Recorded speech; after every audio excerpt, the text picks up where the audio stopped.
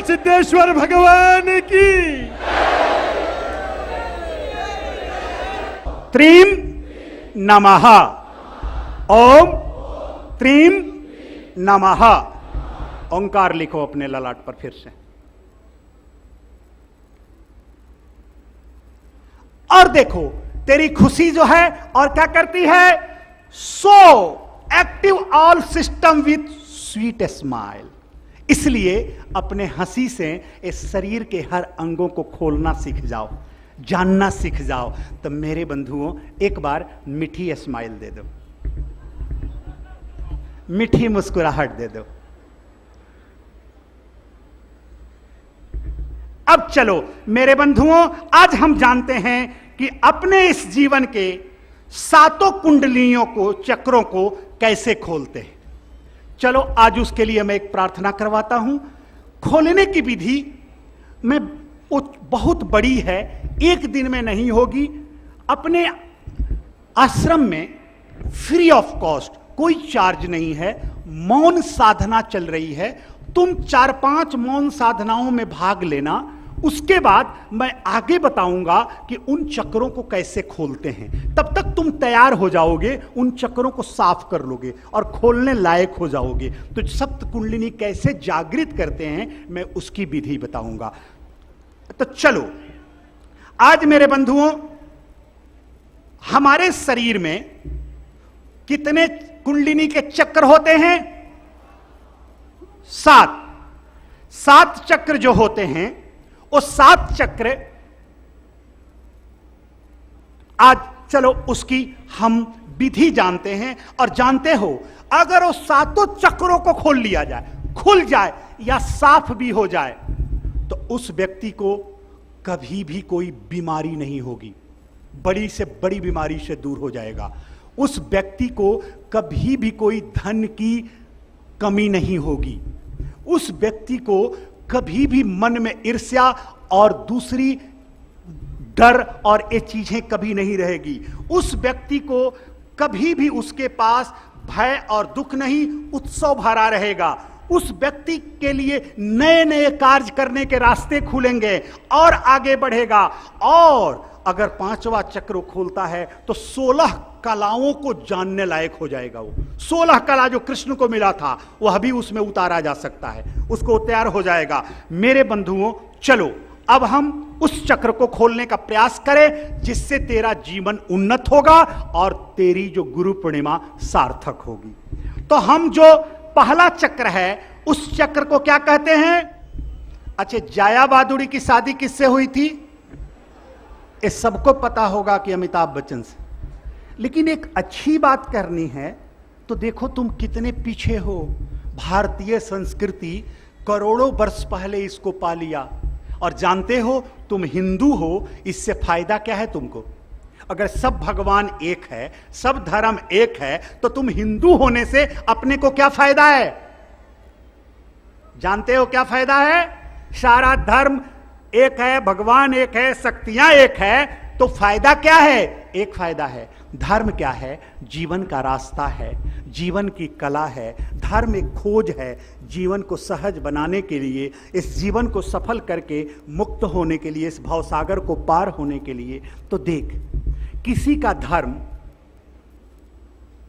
1400 वर्ष पहले आया, तो उनकी खोज जो है अभी तक एकता पर पहुंची, यूनिटी पर पहुंची और जनसंख्या बढ़ाने पर पहुंची कि यूनाइट कर लें, एक हो जाएं, एकता कर लें।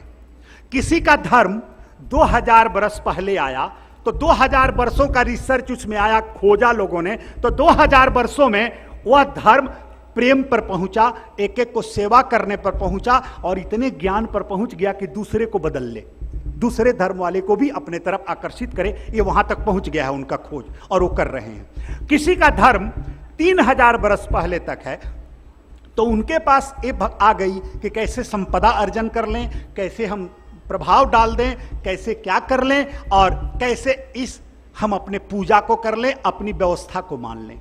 मेरे बंधुओं, तो जो 1400 बरस पहले धर्म आया, अगर उसमें कोई गया है तो 1400 वर्षों का रिसर्च उनको फायदा मिलेगा, जो खोजा गया है वो उनको मिल जाएगा। अगर तो 2000 वर्ष पहले आया, उसमें अगर कोई वो हुआ है तो उसको 2000 वर्षों का मिल जाएगा। कोई 3000 वर्ष पहले आया तो 3000 का मिल जाएगा। कोई 4000 वर्ष पहले आया तो 4000 के खोज, और जो खोज हुआ है, जो उनके पास संपदा है, उसका वो भागी, वो पुनवाई का भागी होंगे, वो ज्ञान का भागी होंगे। ऐ तेरा धर्म कितने साल पहले आया? कितना? 700 साल। मेरे बंधुओं, लाखों लाखों साल, 3 लाख बरस पहले तो राम आए, और उसके पहले रघु थे, कि राम भी आकर कहते हैं रघुकुल रीत सदा चली आई, प्राण जाए पर बचन न जाई। देख, तेरा धर्म जो है आज आए हुए जानते हो कितना साल हुआ? 33 करोड़ 92 लाख 2639 साल आज हुआ है। 39 साल हुआ है। तो करोड़ों करोड़ों वर्ष पहले तेरा धर्म आया, और इस धर्म में करोड़ों वर्षों में 33 करोड़ देवी देवता हो गए, खोज करके रिसर्चर हो गए, और खोज खोज के इस धर्म को संपदा से, मुक्ति से, अच्छाइयों से भर दिए। तो अगर तुम हिंदू हो तो करोड़ों वर्षों के रिसर्च, ज्ञान और 33 करोड़ देवी देवताओं के शक्तियों के अधिकारी हो जाओगे। यही तुम्हें फायदा है हिंदू होने में। देख लो, करोड़ों करोड़ों वर्षों के खोज का जो फल है वो तुम्हें बैठे बैठे मिल जा रहा है, बैठे बैठे। इसलिए राजा का बेटा कभी भिखारी नहीं होता, राजा का बेटा कभी भिखारी नहीं होता। तो तुम भी उस परमात्मा के उस परमात्मा रूपी भगवान राजा के पुत्र हो, तो तुम भी राजकुमार हो, राजकुमारी हो। तो you deserve all holistic abundance, तुम भी मैक्सिमम डिजर्व करते हो। इसलिए तुम अपने धर्म के लिए, खुद के लिए ताली बजाओ कि तुम इस धर्म में आए हो। बधाई हो। जय गुरुदेव। बोलो जय हिंद, जय हिंद, जय हिंद, जय हिंद, जय हिंद। मेरे बंधुओं, बोलो जय राजस्थान, जय हिंद, जय राजस्थान, जय हिंद, जय हिंद, जय राणा प्रताप, जय राजस्थान, जय महावीर, जय महावीर, जय बुद्ध, जय बुद्ध, जय श्री राम, जय श्री राम, जय श्री राम, जय श्री राम। बोलो हर हर बम बम, हर हर बम बम, हर हर बम बम, हर हर बम बम। जय श्री कृष्ण। जय श्री कृष्ण। अगल बगल जो बैठा है सबको राम राम बोल लो। राम राम, राम राम, राम राम, राम।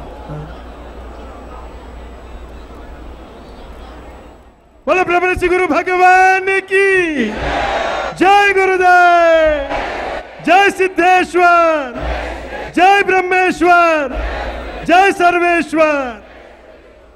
अब मेरे बंधुओं चलो, अब हम जो मूलाधार चक्र है, सबसे पहला चक्र जो सबसे नीचे होता है, आपकी कमलदल से भी नीचे, वह मूलाधार चक्र होता है, जो टेलबोन के पास होता है। डॉक्टर टेलबोन भी कहते हैं उसको, हम लोग आधार चक्र भी कहा जाता है, कि वो सारे चक्रों का आधार है।